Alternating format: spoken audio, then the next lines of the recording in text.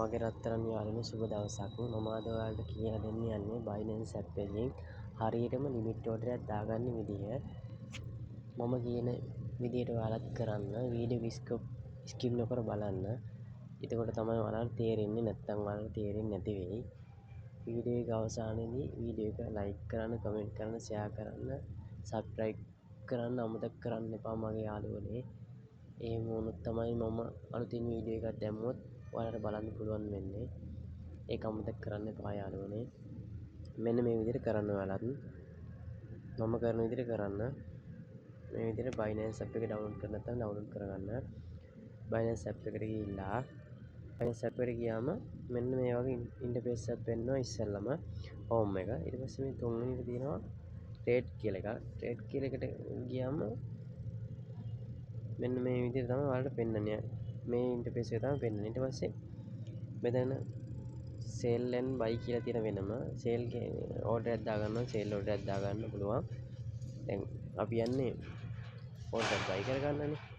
එහෙනම් limit order එක තමයි දාන්නේ. මෙතන limit order එකක් තියෙනවා. ඊට පස්සේ spot limit order තියෙනවා, market order තියෙනවා. දැන් අපි limit order එක දාන්නේ හින්දා limit order එක select කරන්න ඕනේ. ඊට පස්සේ දැන් අපිට අදාළ coin එක අපි තෝරගන්න ඕනේ. අපි මොන coin එකද buy කරන්න කියලා. ඊට පස්සේ මෙතනින් තෝරාගෙන අතිශය දැන් අපි උදාහරණයක් විදිහට ගමු.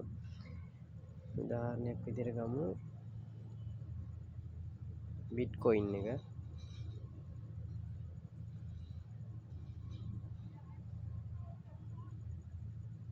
Bitcoin එක මේ විදිහට ටච් සර්ච් කරාම එනවා.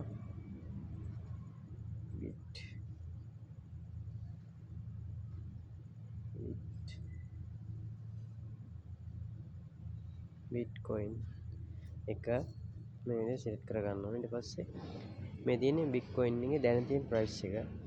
මේ price එකට අඩු ගාණක් තමයි limit order එක කියන්නේ අඩුවෙන් buy කරන එක. අඩු එතන buy කරගන්න ඕනේ. මෙතන price එක තියෙනවා 11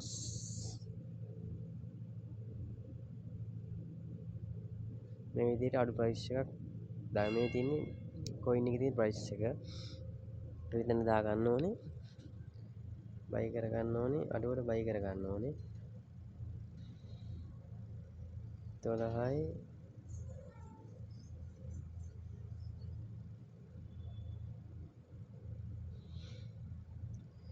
280